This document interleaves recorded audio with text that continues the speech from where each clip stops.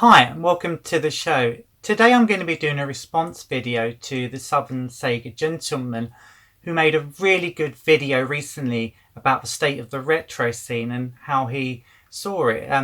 The Southern Sega Gentleman explained that it really bothered him that many people in the scene seemed to be in it just for the collecting. They didn't seem to get any enjoyment out of the games, and my understanding from what he was saying was that some people need to just get back to their roots and enjoy the games again and remember why they got into the scene in the first place.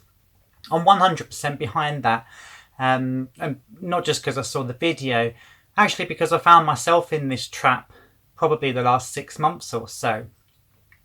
I've realised I haven't been playing the games and enjoying the games and experiencing them as much as I probably am used to, and I have been concentrating a little bit more on the collecting side and finishing sets and getting variants and whatnot. And so I'm glad that I saw that video because it reminded me to go back and fall in love with games again. So thank you very much, Southern Sega Gentleman. In a little bit more detail, one thing I really loved about the video was that he spoke about Afterburner, and I think he said it was around his cousin's house playing it on the Master System, even though it's a terrible port, and I do agree with him there, that it inspired him to then get into Sega. He bought a Mega Drive, and I'm sure the story goes on from there. And it reminded me of why I love video games, and I'm sure many of my viewers will know it's due to Sonic, and that's my favourite series of games. But one thing really struck me, actually, the more I thought about the video and what it meant to me. So on the face of it, I'm 100% behind the Southern Sega Gentleman. He makes a really good point. We all do sometimes fall into the trap of just amassing games and buying games for the sake of it without really experiencing them or playing them. And I don't think you've got to play every single game you buy to completion, because you literally wouldn't do anything other than play video games. But I think it's important that we do go back sometimes and really enjoy them. So because of that, I'm going to go back and play Sonic 1 today and going to complete it, because this is the reason why I fell in love with Sega and video games in general.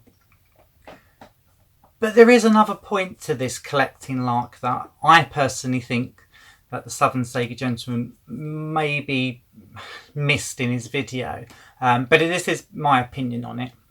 Now, he was right in what he said in that it's important just to play the games, and even if that's via emulation, just enjoy them. I'm 100% behind that. The only thing I do also think about collecting, and I have a large video games collection, is it's almost like curating for a museum, because if nobody holds a record of these things, if nobody collects sets or has all of the games for a certain series or console or whatever it may be, then this information could get lost in the annals of time. Yes, we can always have the games on emulation, so we can play the games and that's great and we can experience them. But for some people, the artwork and the information in the manuals and where the games are made and how they come about and different pressings of them and things like that is also important. There's a whole part of the scene which is about the information. Now, I know many of you are going to say, hey, but Faith, we've got all the artwork on websites and things like that where we can just, if we wanted to, flick through the manual and whatnot, which is great, and you can. But where do you think that information comes from? Now, I spoke a little while ago about the game that got me into video games, which was Sonic the Hedgehog on the Mega Drive.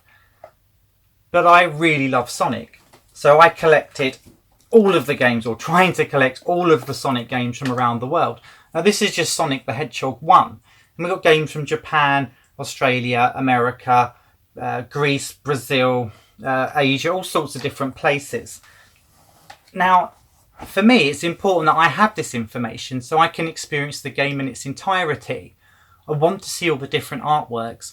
I want to see the differences in the manuals, and I want to see the differences in how the games might play from different regions, if any at all. And if there aren't people that are collecting the games and doing that, then how do you think these websites are going to get their information? I get asked often for photos from my Sonic collection or my Dreamcast collection where I have some really obscure things.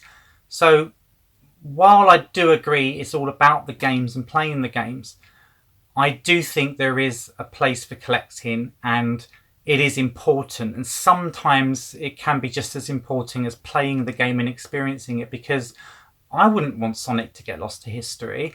So if I don't keep a record, who will? But that's just my spin on it. So thank you to the Southern Sega Gentleman for a lovely video. Definitely check the link in the description so you can look at it too. He really makes some good points, and hopefully it might stir some up emotion in you about what got you into video games and get you back playing again if you haven't been doing that much recently. But that's just my take on it. So thank you again to him for allowing me to link it and to give my response. I've been Retro Faith. Thanks for watching, and keep it retro.